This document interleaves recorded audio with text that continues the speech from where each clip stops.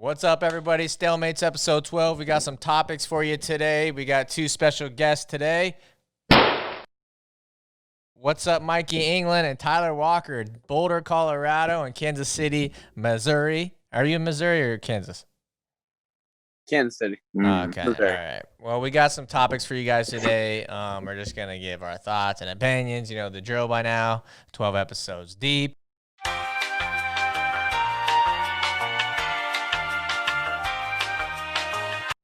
All right, earlier in the week, All Elite Wrestling. I don't know if you've heard of it. I don't know much about professional wrestling, but they had two very important guests on their show or program, whatever you want to call it. Henry Cejudo, Rashad Evans, Vitor Belfort, and Mike Tyson were in the ring. I don't know. Vitor and Rashad Evans are done fighting, right? Yeah. Yeah, and Henry Cejudo. Actually, I think Vitor is fighting again. I don't know if it's in one or a different organization, but I heard TRT Vitor is back. He's back, baby. So, yeah. So and Henry Cejudo recently retired, so I don't know if he's going to go the WWE route, but basically what I wanted to talk about with this topic was people are talking about whether or not Mike Tyson's going to come back. One, do you think that's true? And if it's true, would you watch it?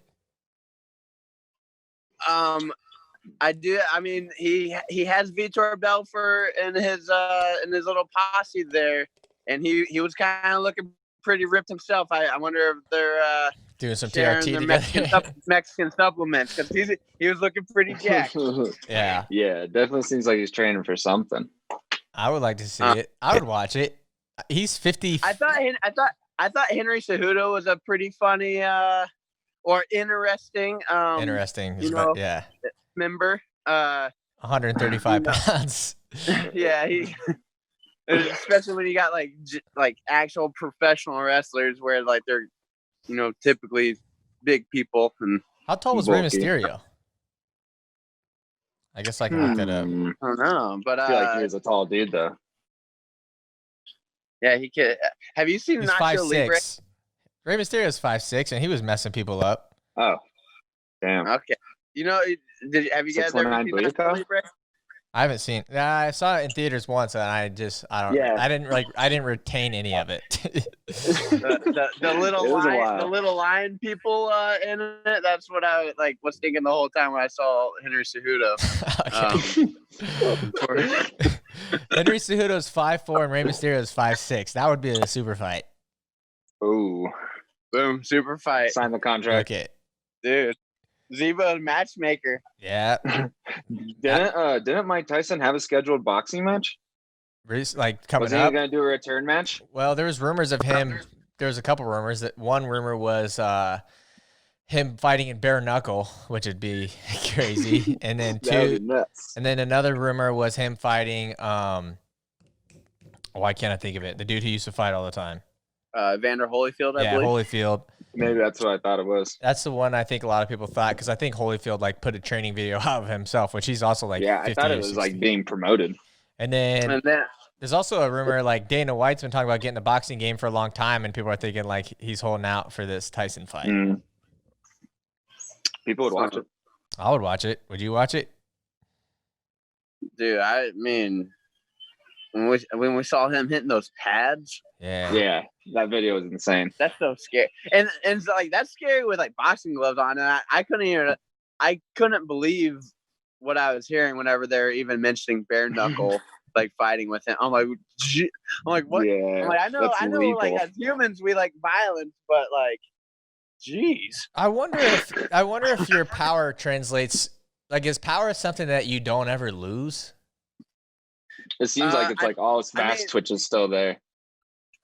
I feel like it's not, and that's kind of, according to the experts, that's kind of the word on the street. Because then you look at people like George Foreman, who he was retired for I don't know how long. And then at 45, he's like, I'm gonna fight for the title, and then he ended up knocking the dude out. Mm-hmm. Won a title at 45. So, I mean, Tyson looked like he was gonna liquefy someone's liver. Yeah, that's brutal. Scary. Like that dude who was like holding the pad, I like was feeling him. I was just like, ugh, like why are you doing He this? was moving. Who would you like to see him fight? Who could he fight?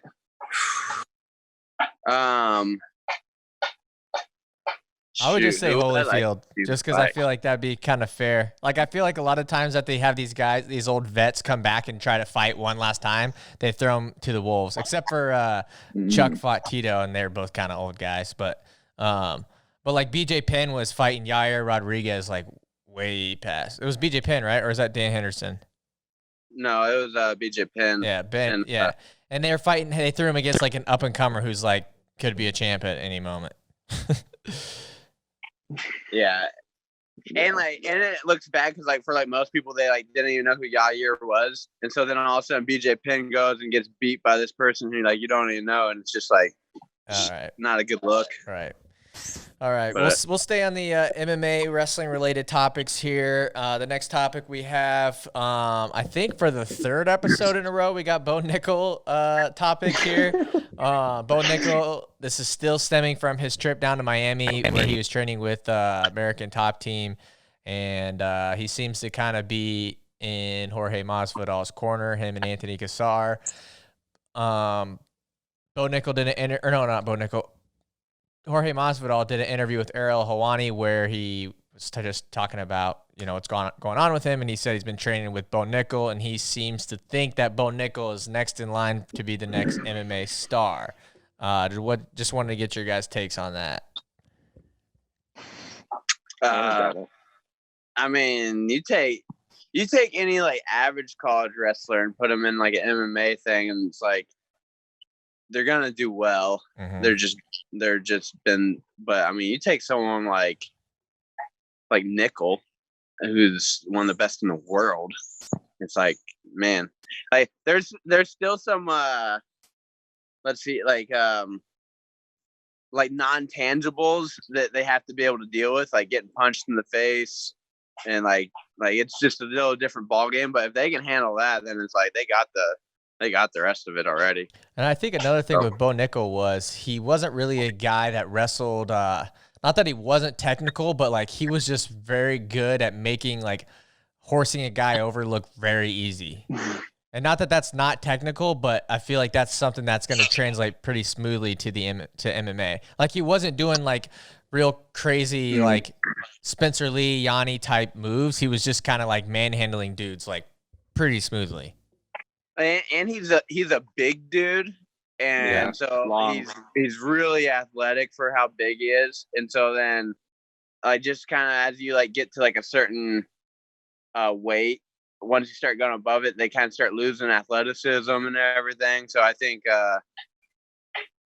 he can move really well for like a bigger guy. I think he'd be good. Was there ever anybody that was Bo Nickal's caliber wrestler that did the MMA route that just never panned out that you can think of? I know, like back in the day, there was like Jake Rolsholt who he wrestled with like Johnny Hendrick. Yeah, and like they're both like multiple time national. And like I remember being pumped for them, and then all of a sudden, like it was like 5 years later, I'm like, man, I never heard anything coming out of that. Right. Yeah, I don't know. It's gonna be interesting. I never watched his match with was it Gordon Ryan that he did the flow thing that they did? Yeah. Did he get any takedowns on him at all? I know he got submitted pretty fairly quickly, but I know he like suplexed him. That's nice. Like Gordon Ryan was I don't know what he was doing, but Gordon Ryan just like turned and stuck his butt to him. So like Bo Nickal was like, all right, just head over heels. Huh. And then I think he got tapped right after that. But it's going to be interesting to see how his hands are too. I know he put out like in season last year, a couple of years ago, or maybe it was in the off season. He put out like a clip of him with boxing gloves boxing. And I remember it just looking like pretty stiff, but that was like before he was, fighting. Yeah. But got that wrestler rigidity. Yeah. Every time I see like somebody like that, like boxing, I think of that old man picture, that guy going like this. You know what I'm talking about? Like that, like in gangs in New York style. Yeah. Oh, let me on him. Let me on him. Yeah. Do you think someone like him is going to give like international wrestling like a good few, like maybe like a couple Olympic cycles before he goes that route? Or do you think he's like, I feel like he might be more business oriented and go the MMA route sooner than people think? It seems to me that he's like I think probably what happened, and I don't know, but I think he was probably planning on 2020 being like his shot, you know, for the Olympics, and then after 2020 doing it. Well, then since Corona time happened, hey, it's Corona time right now. He had to wait another year. So I don't know. I would like to see him. I mean, your biological clock is ticking, right? So I would like to see him, you know, just jump into it right now. But obviously, most wrestlers dreams of being an Olympic champion from a young age. So I doubt he wants to give up on that. Well, wait, would he have been at? He was 97 this last season. So he was Is that Downey? It would be David Taylor most likely. I mean, but Downey. I think you'd either have to go down to like David Taylor and Cal Dake and them. Is that right? Or he would have to go up to like Jaden Cox and like Cal Snyder. Yeah. Which either way, I don't see it happening. You never know. Yeah, but then you think about his like UFC fighting weight, it would be, you know, 185 or 220. Right? Or 205. 205. My bad. Do you guys remember when he was talking smack about Jaden when Jaden was sitting right there during like that little press conference they had? Yeah, he's like, I can't wait to. Or Bo Nickal. Bo Nickal. Bo Nickal was talking crap to like Jaden. Like he was like talking like Jaden wasn't even there. Like he's like, oh, I'm gonna be on the world team. I'm gonna be this. Gonna be this. And Jaden's just like, he's like, I can't wait to represent the USA. And Jaden's like, it's like what? Yeah. And then Jaden went out there and. Yeah, that was funny. I remember that though. All right, the last topic here today that we have is there was some study. I don't know who did the study. Somebody did the study. Somebody smarter than me did a study that the whole thing when you're younger, you know, you hear your coaches saying, "Don't put your hands on your knees." It doesn't. What did they would just try to assume that it was like bad for you, and you were better off by putting your hands above your head or standing up straight. Yeah. It turns out there's a study that's actually not true, and you're actually probably better off putting your hands on your knees. I think it opens up the lungs a little bit more. And people are kind of going both sides on this thing. Chris Bono said it never was about that, and it was more about the psychological, like, you know, not letting your opponent see that you're tired or weak. And then body language.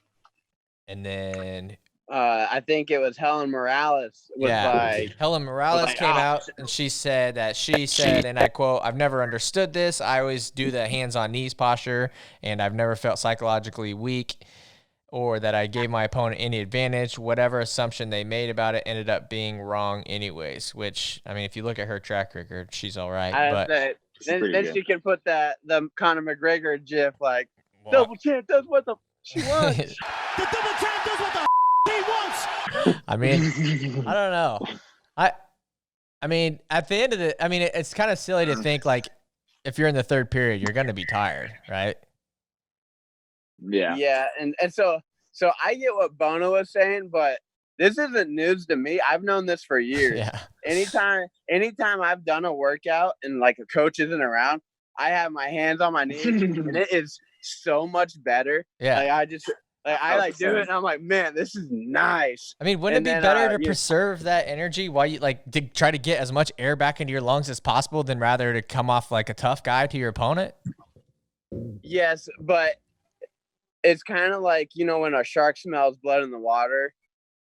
Yeah, but if the shark knows that there's already blood in the water, if the shark already knows there's blood in the water, then you don't need to smell it.